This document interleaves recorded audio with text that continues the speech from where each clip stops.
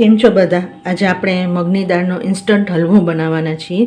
હવે બહુ જ એકદમ ઇઝી રીત છે, પણ એમાં નાના નાના સ્ટેપ ફોલો કરવાના છે, તો ધ્યાનથી જજો. હવે જેટલું તમે મગની દાળ લીધી હોય ને એટલી જ તમારે ખાંડ લેવાનું.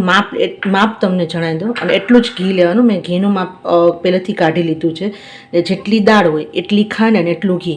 તો પહેલાં આપણે મગની દાળ જ્યારે આપણે ઇન્સ્ટન્ટ બનાવતા હોય ને, એટલે પહેલાં આને આવી રીતે કોરા કપડામાં લૂઈ લેવાનું, જેથી ઉપરમાં જે એનો જે સફેદ પાવડર ઉપર જેવું જે નીકળે ને એ સરસ સાફ થઈ જાય.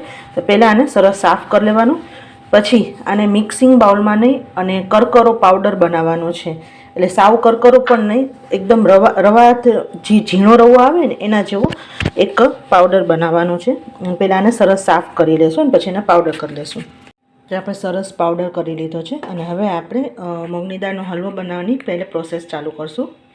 હવે મગની દાળનો હલવો બનાવતા પહેલાં એનું જે અંદર સુગર સિરપ બનાવવાની છે એ આપણે કરશું. એના માટે આપણે જે મેજરમેન્ટનો જે ખાંડ લીધી હતી એ લઈ લેશું. હવે જે ઇન્સ્ટન્ટ મગની દાળનો હલવો હોય ને એમાં પાણીનું પ્રમાણ બહુ માપીને લેવાનું હોય છે. મેં અડધો કપ જેટલું પાણી લીધું, ખાંડ લીધી હતી. તો મારી પાસે છે ને આવી રીતે મેજરમેન્ટ કપ છે. જો આવી રીતે એમાં બધું આવે છે, રવાનું ને માપનું, એવી રીતે મેજરમેન્ટ કપ. તો એ મેજરમેન્ટના કપથી મેં લીટર માપેલું છે. તો 450 ml તમારે પાણી લેવાનું છે. તો એ પાણી મેં માપીને લીધું છે, કારણ કે ઇન્સ્ટન્ટ છે ને એટલે હલવો એને કૂક કરવા માટે ટાઈમ જોશે, એટલા માટે. અને હવે અને ગેસ ચાલુ કરી દઈશું, અને ખાંડ ઓગળે ત્યાં સુધી જ એને પકાવવાનું છે. એટલે આને ચાસણી નથી કરવાની. હવે એની અંદર એલચીનો ભૂક્કો અને થોડા કેસરના દાણા હોય તો નાખજો, બહુ જ ટેસ્ટ સરસ આવે છે એના હિસાબે. અને એને જ્યાં સુધી સુગર ઓગળી નહીં, એટલે ખાંડ ઓગળે ને ત્યાં સુધી જ આને સુગર સિરપને તૈયાર કરવાની છે. તો આપણે સુગર સિરપ થાય છે ત્યાં સુધી આપણે સાઈડમાં એક સાઈડ સુગર સિરપ મૂકી દીધી છે. હવે પહેલાં થોડું ઘી લેશું, અને આપણે જે ડ્રાયફ્રૂટ છે ને આમાં કાજુ બદામ આપણે લીધા છે, તમે પિસ્તા જે પણ લેવું હોય, એટલે ડ્રાયફ્રૂટ રોસ્ટ કરી લેવાના છે. કોઈ પણ હલવામાં તમે ડ્રાયફ્રૂટ રોસ્ટ કરીને નાખો ને તો એનો ટેસ્ટ છે ને એકદમ સરસ આવે છે. અને ડ્રાયફ્રૂટ રોસ્ટ કરીને નાખવાના. તો આપણે ખાલી ડ્રાયફ્રૂટ રોસ્ટ થાય ને એટલું જ ઘી લીધું છે. પછી બીજું આપણે માપનું ઘી પછી લેશું, અને એને બિલકુલ મીડિયમ ટુ સ્લો હીટ ઉપર સરસ આપણે શેકી લેશું. જો આપણે ડ્રાયફ્રૂટ્સ રોસ્ટ કરી લીધા છે, અને પછી જે માપનું ઘી હતું ને એ લઈ લીધું છે. અને જ્યારે આપણે દાળ નાખીએ ને મગની, ત્યારે બહુ ઘી ગરમ ન હોવું જોઈએ, એ ધ્યાન રાખજો. અને આમાં ઘી ઝાઝું હોય ને તો જ સરસ લાગે છે, એટલે માપનું ઘી લેજો. જેટલું આપણે દાળ લીધી ને એટલું ઘી લો ને તો જ. હવે આને મીડિયમ ટુ સ્લો હીટ ઉપર ત્યાં સુધી શેકવાનું છે, જ્યાં સુધી આ લાઇટ બિસ્કિટ કલરનું ન થાય. જો અત્યારે યલોઇશ કલર છે, લાઇટ બિસ્કિટ કલરનું ન થાય ત્યાં સુધી શેકવાનું છે, અને કન્ટિન્યુઅસ ચલાવતા રહેવાનું છે. આ પ્રોસેસને લગભગ 10 થી 12 મિનિટ થશે, પણ તમારો હલવો બહુ સરસ થશે. હવે જે આપણે મગની દાળ પલાળી અને પછી આપણે એને ગ્રાઇન્ડ કરી, અને એ હલવામાં થોડુંક પાણીનું માપ જુદું હોય છે. જો તમે એ રીતે હલવો શીખવા માંગતા હોય ને તો એનું તમે મને કોમેન્ટ બોક્સમાં તમે પ્લીઝ જણાવજો, તો હું તમને ચોક્કસ એની પણ અલગ રીત બતાવીશ. એમાં પણ પાણીનું માપ અલગ હોય છે. અને કોમેન્ટ કરવી અને સબસ્ક્રાઈબ કરવું બિલકુલ ફ્રી છે. તમે કોમેન્ટ કરશો તો તમને કંઈ નવી રેસીપી શીખવા મળશે. સબસ્ક્રાઈબ કરી દેશો તો એ ચેનલમાં જેટલા તમારા વિડીયો જૂના છે બધા તમને જોવા મળશે, અને તમને એમાંથી નવી રેસીપી બનાવવામાં અને શીખવા મળશે, અને એ પણ બિલકુલ ફ્રી. અને હવે આને બિલકુલ જુઓ, હલાવતા જવાનું છે, અને બહુ સ્લો અત્યારે ફ્લેમ કરી દેજો, અને એકદમ કન્ટિન્યુઅસ જ્યાં સુધી લાઇટ બિસ્કિટ કલરનો ન થઈ જાય ત્યાં સુધી આપણે મગની દાળને શેકવાનું છે.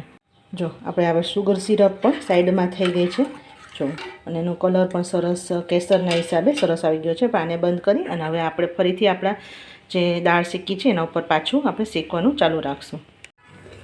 જો આપણે ધીમે ધીમે શેકીએ ને એટલે એને બબલ્સ એમાં આવતા રહેશે.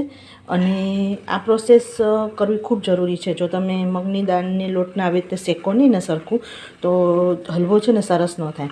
અને જ્યારે લોટ શેકતા હશો ને ત્યારે આજુબાજુવાળાને પણ સુગંધ આવશે કે આની ઘરે કંઈક મીઠાઈ બને છે. એટલું ટેસ્ટી બને છે અને ઘરે બનાવો એટલું ઇઝી છે. અને આપણે માપ પાણીનું એટલા માટે લીધું છે આટલું, કારણ કે જ્યારે આપણે સુગર સિરપવાળું પાણી અંદર નાખીએ ને તો લોટને કૂક કરવાનો સરખો ટાઈમ મળે.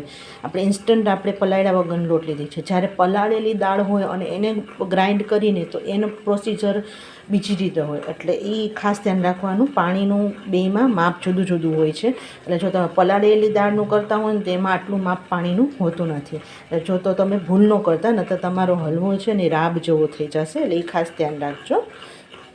જો કન્ટિન્યુઅસ આવી રીતે ચલાવતા રહેશો ને ધીમે ધીમે લઈને સુગંધ એટલી સરસ આવશે કે તમને તરત જ ગરમ ગરમ ખાવાનું મન થઈ જશે.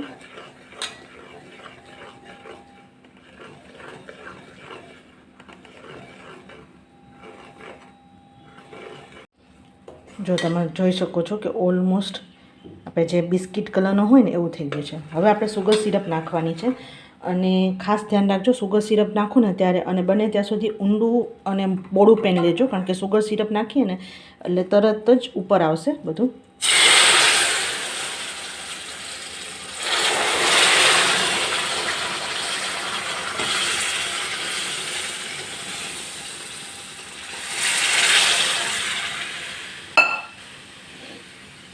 હવે તમને એમ થશે કે અત્યારે આટલું બધું તમને પાણી લાગશે, પણ ધીમે ધીમે હવે આને મીડિયમ હીટ કરવાનું. કારણ કે જો હવે તમે આ પાણી ઓછું હોય ને તો જ્યારે તમારો હલવો થાય ને એટલે એ મોઢામાં ખૂંચશે. તમે ખાઓ ને તમારો દાણો તમને મોઢામાં આવશે. ઓલો મેલ્ટ એન્ડ માઉથ જેવો જે મોઢામાં તમારું શીરો મોઢામાં ઓગળી જાય અને તમને મોઢામાં ખૂંચે પણ નહીં દાણો, એવો થાય ને એના માટે આપણે આટલું પાણી જરૂરી છે. અને વિડીયો એન્ડ સુધી જોજો, અહીંથી સ્કીપ ન કરી દેતા, કારણ કે સાચું રિઝલ્ટ તમને એન્ડે જ જોવા મળશે.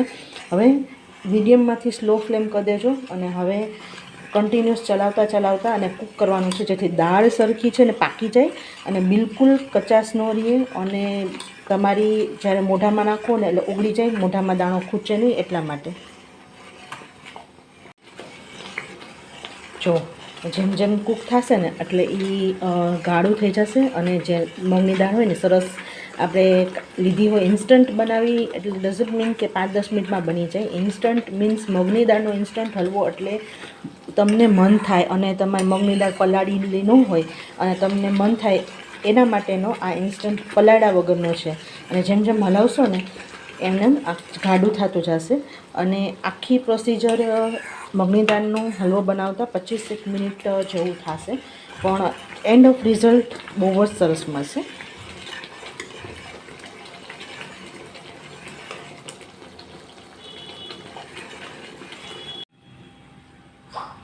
જો ધીમે ધીમે અહીંથી તમને ઘી રિલીઝ થવા મળશે અને કન્ટિન્યુઅસ ચલાવતા રહેજો, નહીં તો તમારું નીચેથી બેસી જશે. અને જો ઓલમોસ્ટ કૂક થઈ ગયું છે.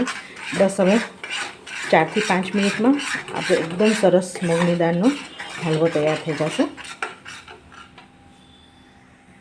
જો તમે જોઈ શકો છો કે સાઈડમાંથી ઘી રિલીઝ થવા માંડ્યું છે, એટલે ઓલમોસ્ટ આપણે તૈયાર થઈ ગયું છે મગની દાળનો શીરો. આ જરૂરી છે, ઘી રિલીઝ થવા માંડે ત્યાં સુધી કરજો. અને જો તમારું ઘી રિલીઝ ન થયું હોય તો ઓછું કદાચ ઘી પડ્યું હોય, અને ઉપરથી આવી રીતે ડ્રાયફ્રૂટ્સ તૈયાર છે મગની દાળનો શીરો. એક વખત ટ્રાય કરજો. ગમ્યું હોય તો લાઇક અને સબસ્ક્રાઈબ કરવાનું ભૂલતા નહીં. સાથે બેલ આઇકન દબાવી ઓલ દબાવી દેજો, જેથી આવનારા બધા વિડીયોની નોટિફિકેશન મળતી રહે ને તમે બધા વિડીયો જોઈ શકો. આવજો.